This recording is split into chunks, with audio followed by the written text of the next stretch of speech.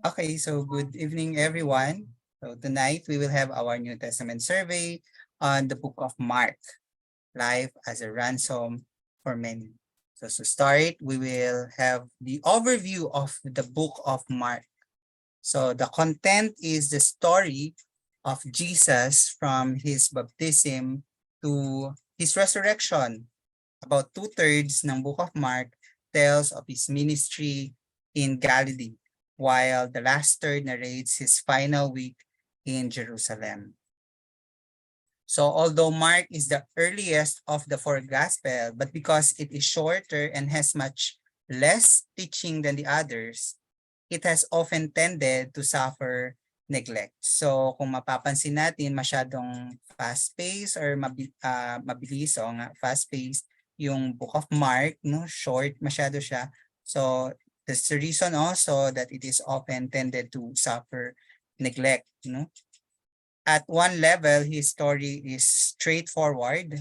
After a prologue which introduces us to the good news about Jesus Christ from chapter 1, verses 1 to 15, the story unfold in four parts. So yung part 1, mapapansin natin sa book of Mark, we can cut it into four parts. No? Yung part 1 is from chapter 1, verse 16 to chapter 3, verse 6.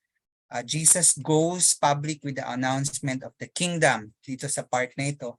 With rapid fire action, he calls disciples, drives out demons, heals the sick, and announces that all of this has to do with the coming of God's rule. So in the process, he draws amazement from the crowds and opposition from the religious and political establishment who early on plot his day. So nagkaroon din siya ng mga opposition, no, by all of these na mga nangyayari. Sa part 2 naman, yung chapter 3 verse 7 up to chapter 8 of the book of Mark verse 21, it's about Jesus' miracle and teaching. Ito yung naging sources of constant amazement to the crowds. The disciples receive private instruction and join in the proclamation, but are slow to understand. Hindi nila agad-agad naiintindihan lahat ng mga ginagawa ni Jesus. So the opposition also continues to mount. Sa part 3 naman,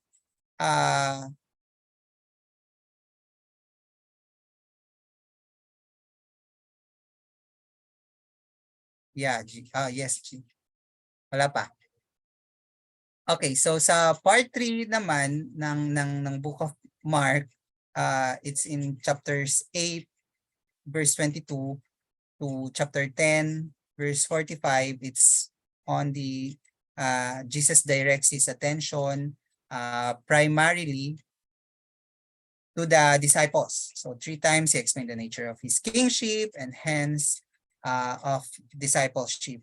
So as going the way of the cross, no, as Isaiah's suffering servant. So the 3 times the disciples, and 3 times the disciples completely miss it. Tapos yung last part naman ng book of Mark, yung pinaka-last niya is yung sa chapter 10 verse 46 to chapter 15 verse 47. It brings the story sa climax na. It's the king enters Jerusalem and the crowds go wild with excitement, but in the end, the opposition has its day. So Jesus is put on trial, found guilty, and turned over to the Romans for execution on the cross as the king of the Jews. And then may brief epilogue siya, no, in chapter 16, 1 to 8, reminds Mark's reader that Jesus has risen. Okay? So that's just the brief overview of the book of Mark. So let's proceed also sa authorship and date. So sino naman yung author ng book of Mark? No? I'm sorry. Oh, yan. Ito. There's a meme. I think you already knew about this, no?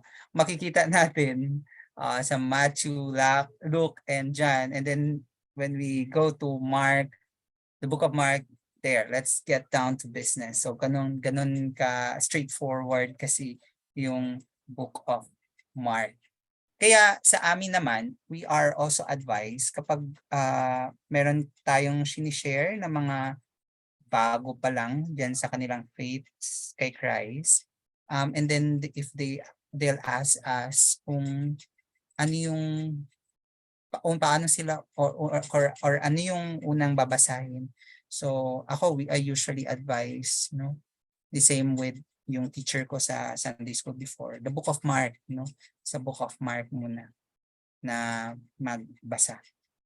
So let's go to the authorship. Sino yung author and the date, no, of the writing of the book of Mark. So the author is actually anonymous, but it is attributed, no, by Papias to John Mark. I know some of you knows sino si John Mark. It's not me. So John Mark, no, is sometime companion of Paul, and we can see that in Colossians chapter 4 verse 10. And later also he is a companion of Peter, no, in 1 Peter 5:13. So itong si Mark, in view is the John Mark, no, mentioned frequently in the New Testament. So makikita natin yan na may mention si John Mark in the book of Acts, in Colossians, in Philemon, 2 Timothy, and in 1 Peter.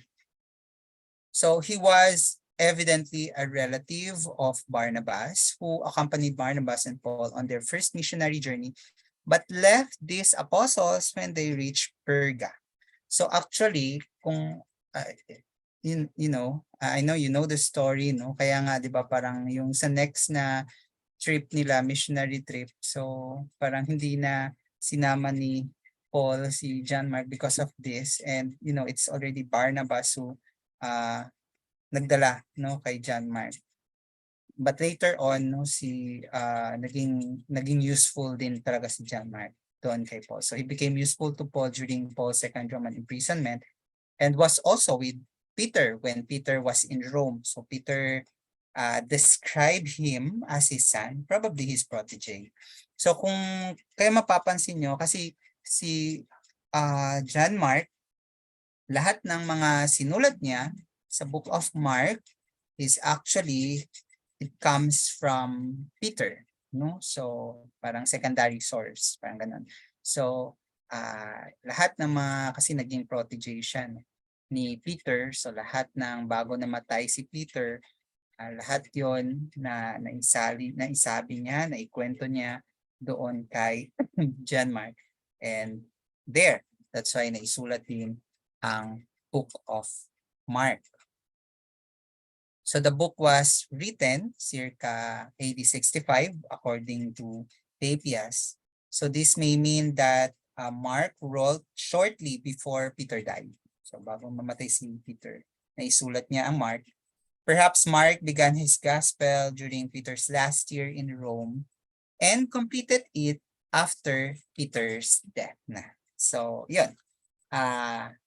Again, the author is John Mark and accordingly written AD 65. So it's the first, no, among the Gospels. So ito yung pinakauna na isulat. So there. Let's go with the historical setting and occasion. So ano naman yung setting ng kapanahon ng isinusulat yung Book of Mark? So Mark's gospel is traditionally associated with Rome. Okay? So it is in the Christian community there that we must look for its occasion and purpose. So there are two suggestions as to the life setting of the gospel. No, merong dalawang suggestion according to the biblical scholars. First, it's the persecutions of the Roman Church in AD 65 to 67. Okay?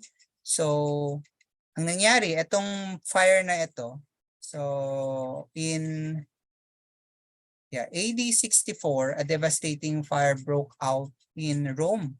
So more than half the city was destroyed, and strong rumors persisted despite all attempts to quash them that the Emperor Nero had himself deliberately set it. So ito yung panimula, no, na they will expect na magiging harsh and magiging difficult yung magiging life ng mga Christians because there will be great persecutions that will happen soon, no, after this.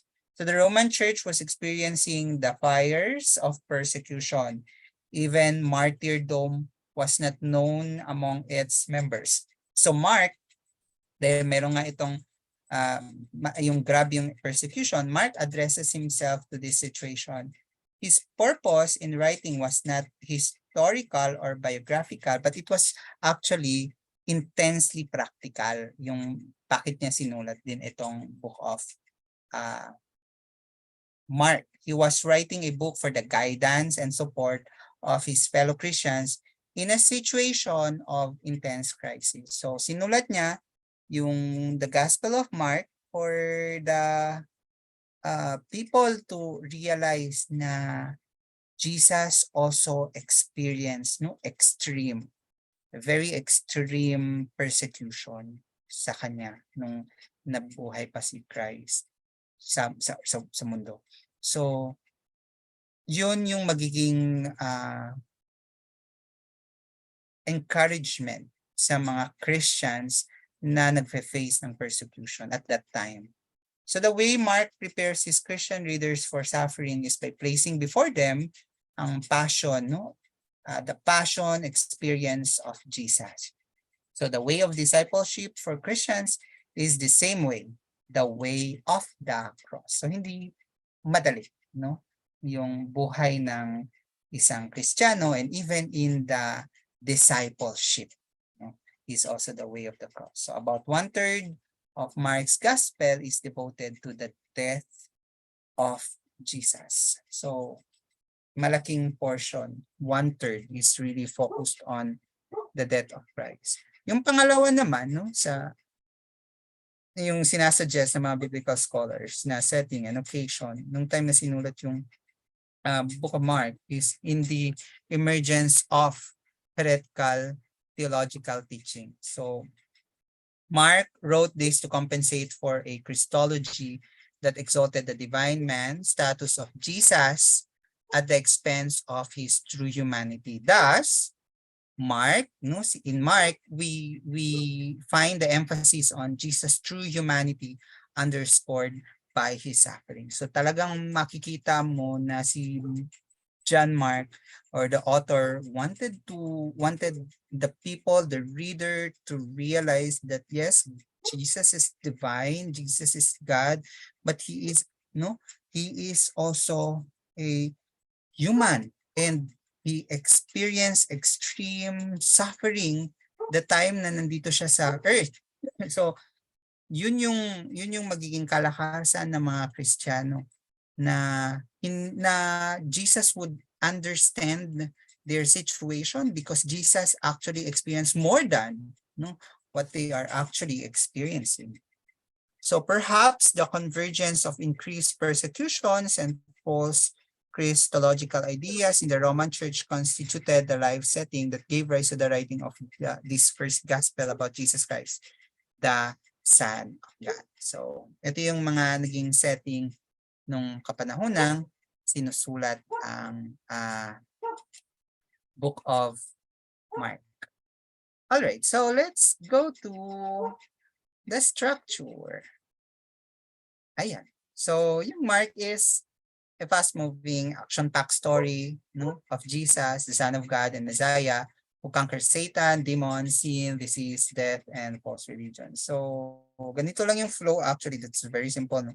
Yung first is preparation and beginning of Jesus' public ministry. And then in chapter 2, verse 1 to chapter 3, verse 6, it's the ministry of divine power rejected by the religious leaders. And then after that, the ministry of divine power rejected by Jesus' own people. And then Jesus' ministry beyond Galilee, the journey ni Jesus to Jerusalem. Jesus confronts Jerusalem, and then the last part is the suffering, death, and resurrection of Jesus, the Son of God. Okay, so there, Jesus, the Son of God. All right, so that's it for the structure of the Book of Mark. Yung purpose naman, okay, what's the purpose of the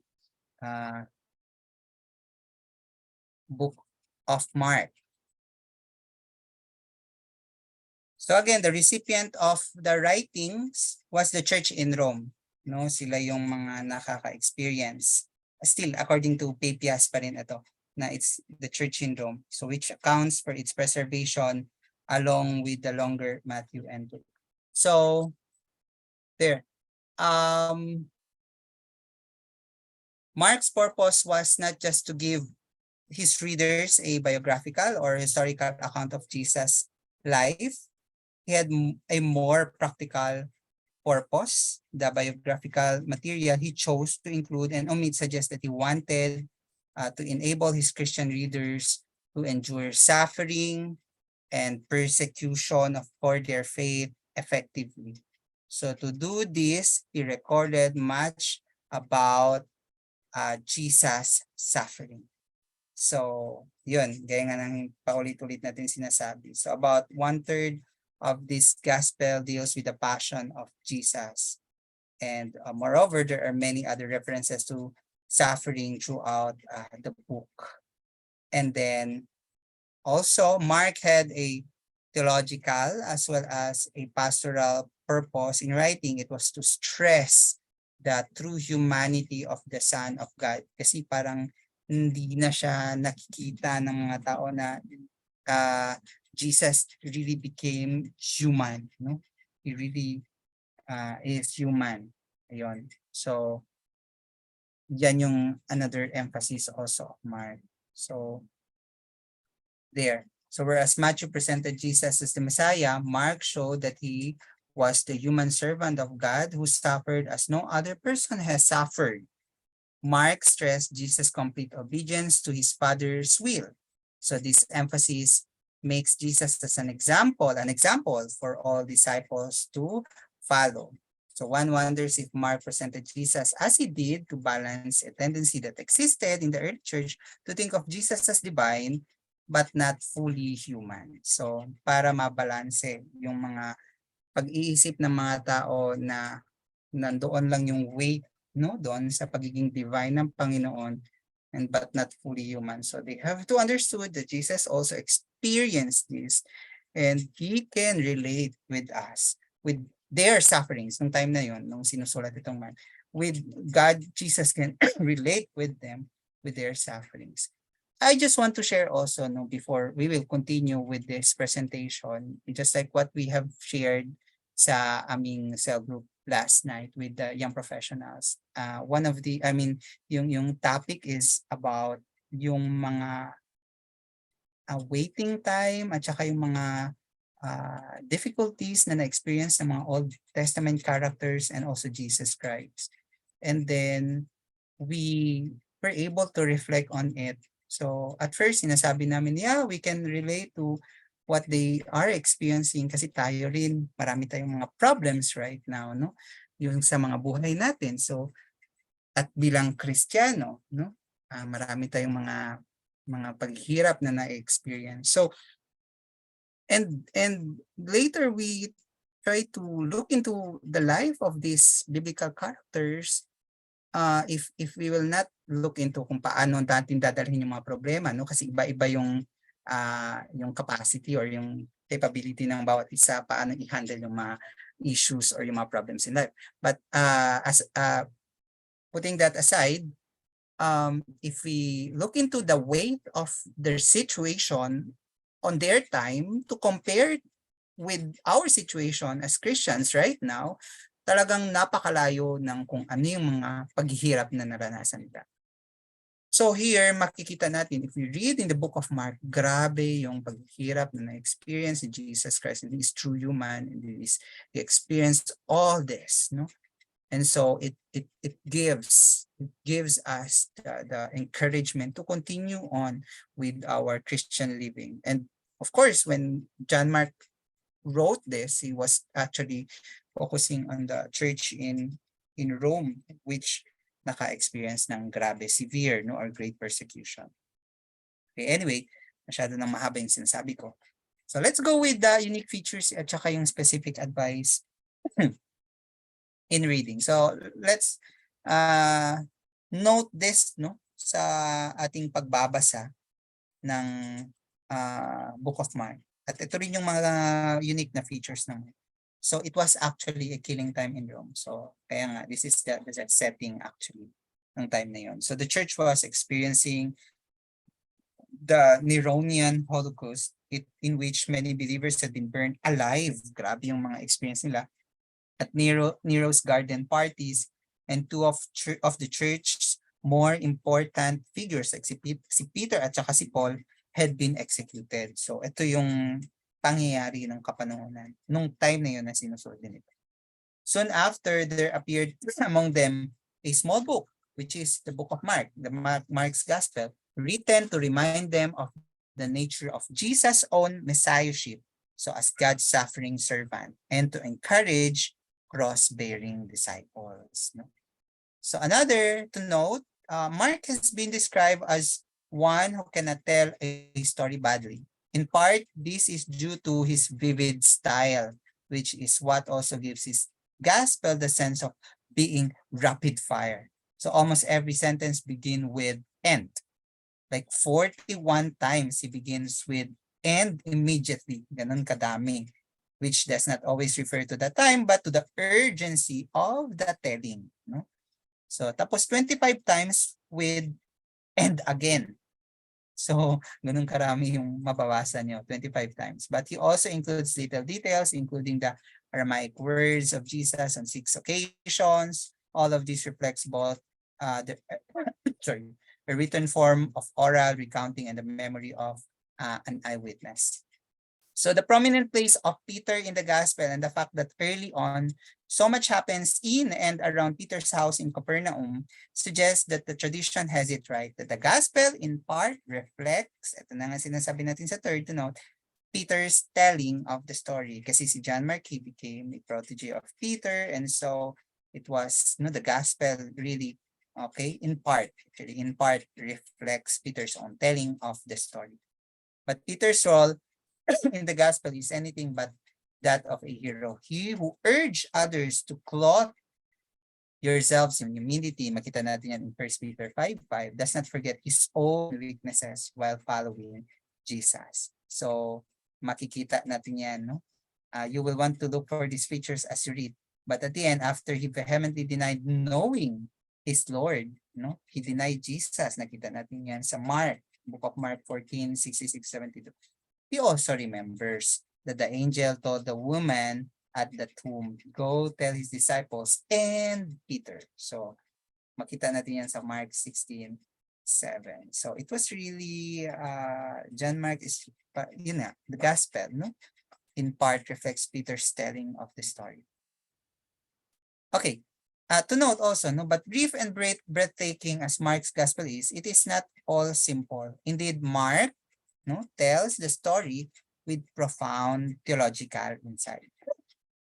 Absolutely crucial to your reading with understanding is to note how he presents Jesus as Messiah. No? Three things emerge at the beginning that carry all the way to the end. Jesus is the kingly Messiah. Ito yung mga naging focus as well. Jesus is God's suffering servant, and Jesus keeps his identity secret. So Mark's telling of the story thus emphasizes the messianic secret, the mystery of the kingdom of God, namely that the expected coming king knew he was destined to suffer for the sake of the people. So the demons, the demons who recognize him are silenced. The crowds to whom the king comes with compassion are told not to tell anyone about his miracles. When finally confessed as Messiah by the disciples, he tells them to tell no one.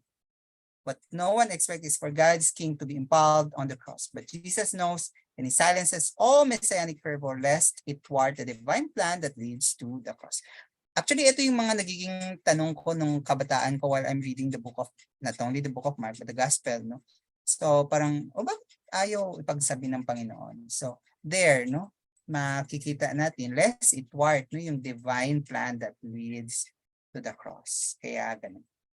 So, also, Mark, also uses the theme of God's kingly suffering Messiah to to show Jesus' connection to the story of Israel, especially Isaiah's now long delayed new Exodus. Ito maganda itong dito sa Book of Mark, no, how he connected sorry, sa dito sa Isaiah in the Old Testament. So the key moments in the first Exodus are deliverance, no, the journey through the desert, and arrival at the place where the Lord dwells.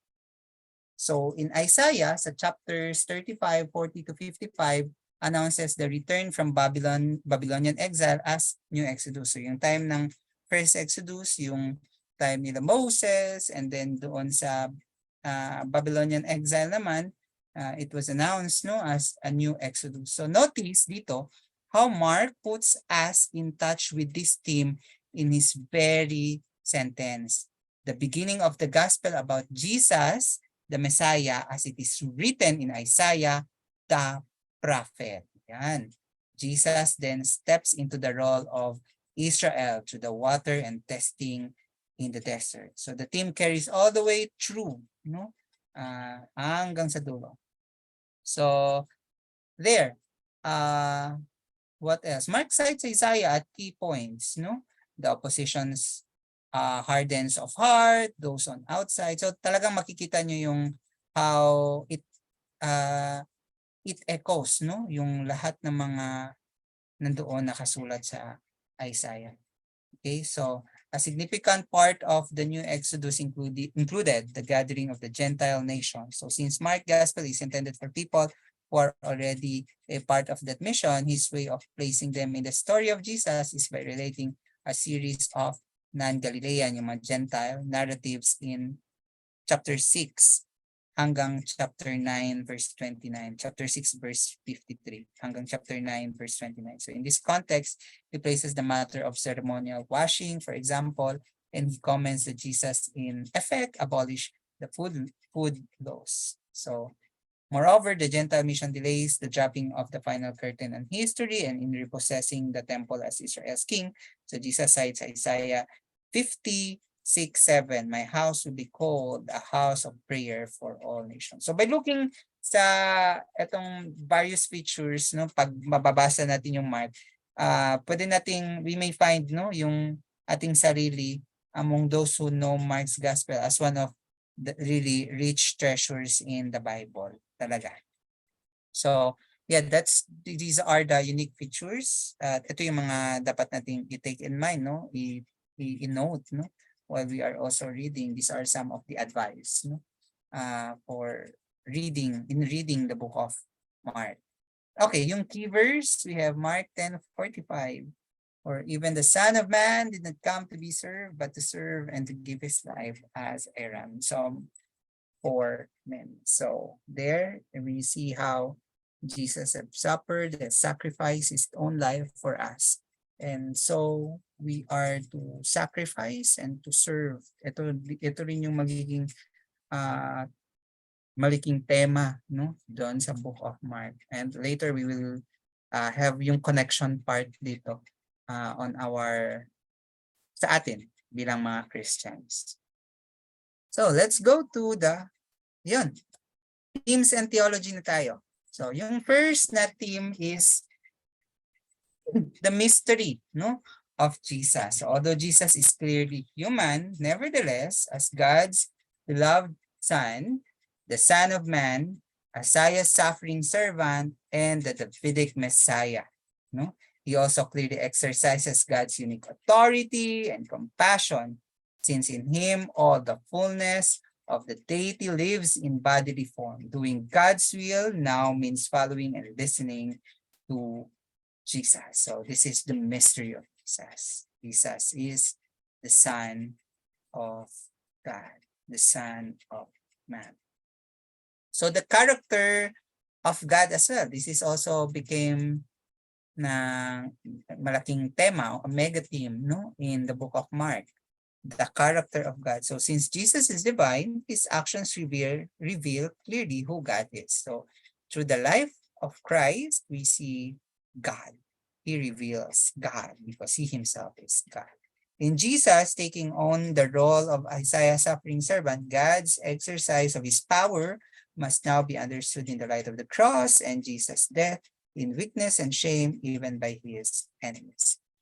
Another, yung discipleship. Yun. So ito yung na-discuss natin earlier, no?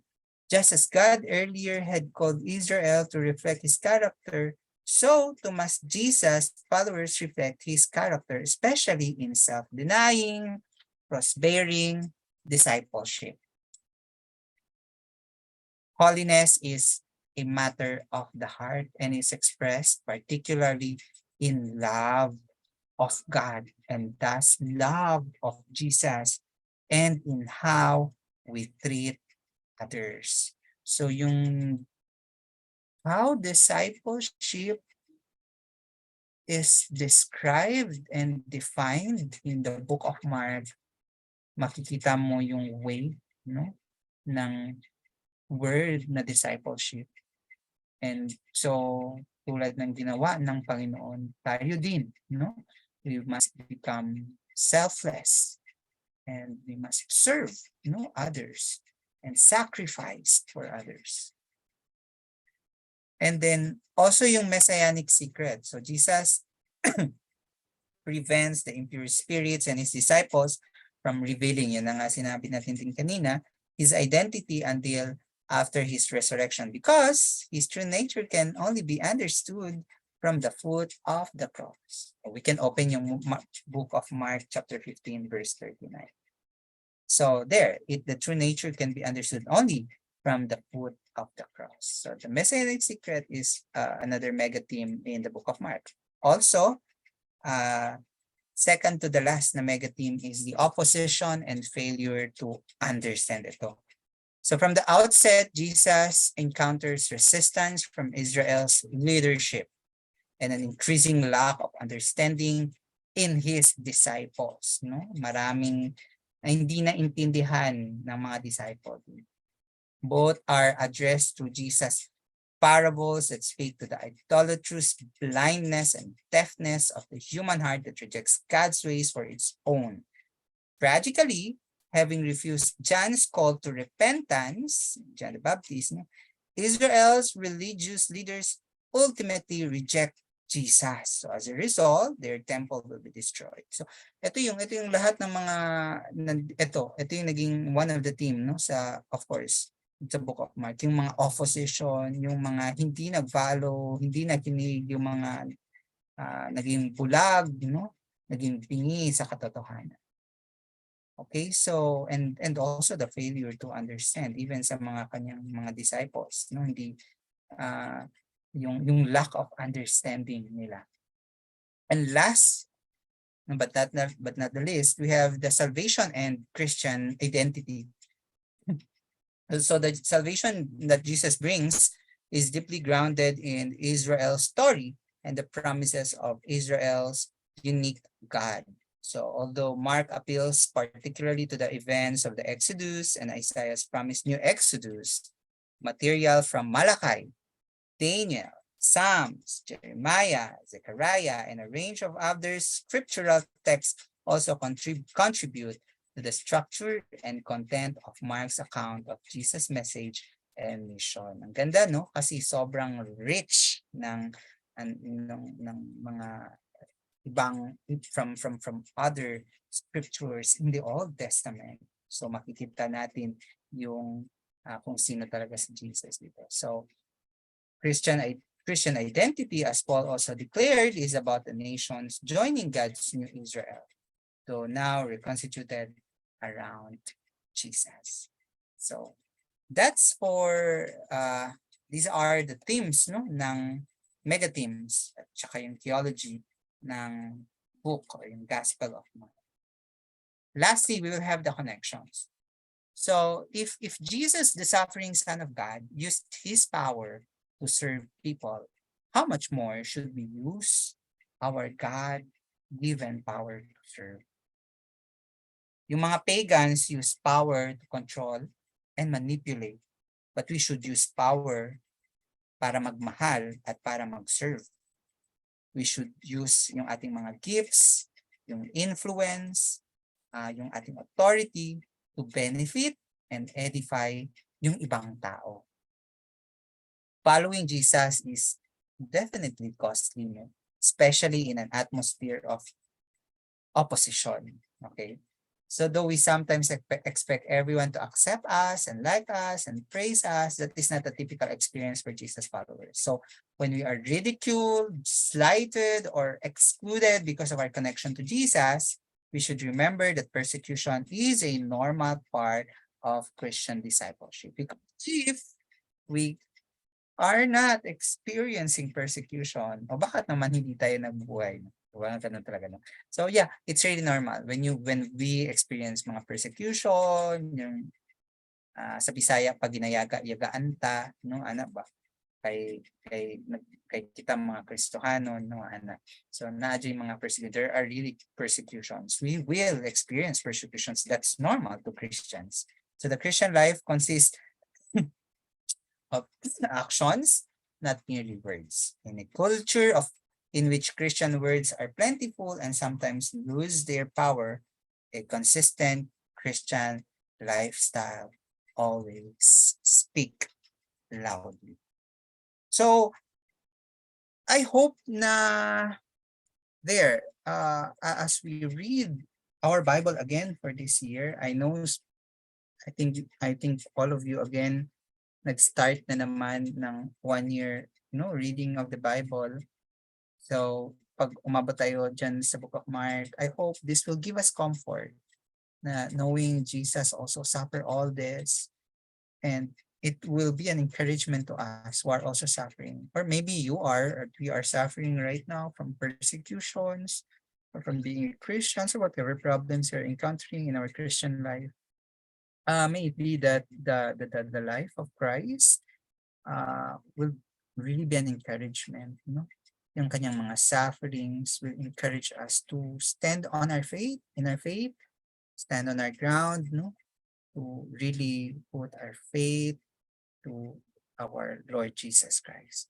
So maraming salamat sa pakikinig for our New Testament survey sa Book of Mark. So again, good evening everyone, and thank you very much.